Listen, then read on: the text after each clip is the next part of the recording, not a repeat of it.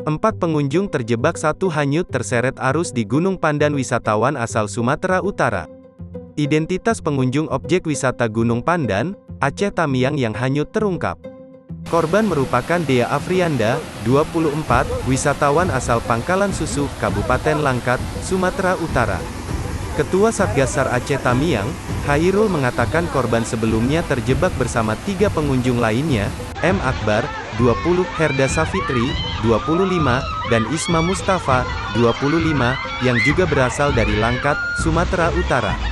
Keempatnya terjebak ketika masih mandi di sungai, tapi 3 orang berhasil selamat. Korban terseret arus dan sampai saat ini dinyatakan hilang, kata Hairul, Minggu, tanggal 7 November tahun 2021, malam. Boy, sapaannya menjelaskan ketinggian air terjadi signifikan sekira pukul 17 waktu Indonesia Barat. Dia menyimpulkan perubahan ketinggian air ini disebabkan hujan deras di kawasan hulu. Dugaan ini dijelaskannya terlihat dari perubahan warna air yang keruh dan disertai banyaknya ranting pohon yang terbawa arus.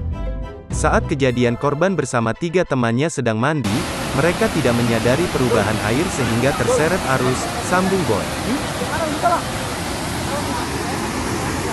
Air apa besar nih? Itu belum berhenti hujannya.